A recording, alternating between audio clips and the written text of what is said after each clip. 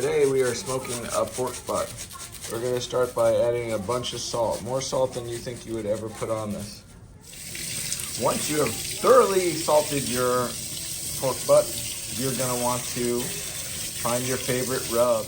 My favorite rub is Bad Byron's Butt Rub. Okay, so we're going to just dump that on there until it changes color. You're going to want to get inside the little area too. Today, as we smoke the pork butt, we're going to use mango nectar in the water underneath. We're going to see what that tastes like. We got our mango juice positioned underneath there. We're just preheating, getting the smoke to come out the right color. It's not quite ready yet. It is pork time, so I'll put the biggest one over the bucket to catch all the drippings. You're going to want to make sure that they're not touching each other so you get good flow. And what we're going to do is we're going to close up the top here, say goodbye, bye-bye.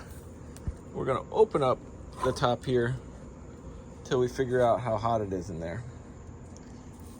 And then we're going to probably close this down to a little bit of 1/8 of an inch and then let it just run at 225 to 250 until it's ready.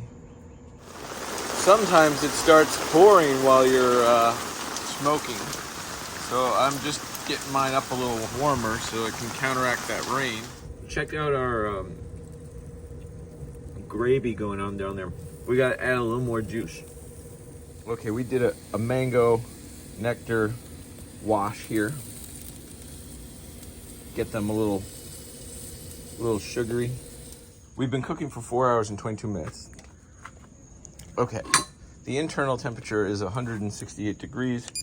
I'm gonna just stab this one. It still feels a little hard in the middle there, so it's not ready. We're gonna wrap these guys up. Okay, we're gonna take this little guy. We're just gonna shuffle him off to the side for a second. We're gonna remove this grate right here. What we're gonna do here is we're gonna pick this up. This is our marinade that we made with the mango juice and fat. We're gonna stick this guy in there and then cover him.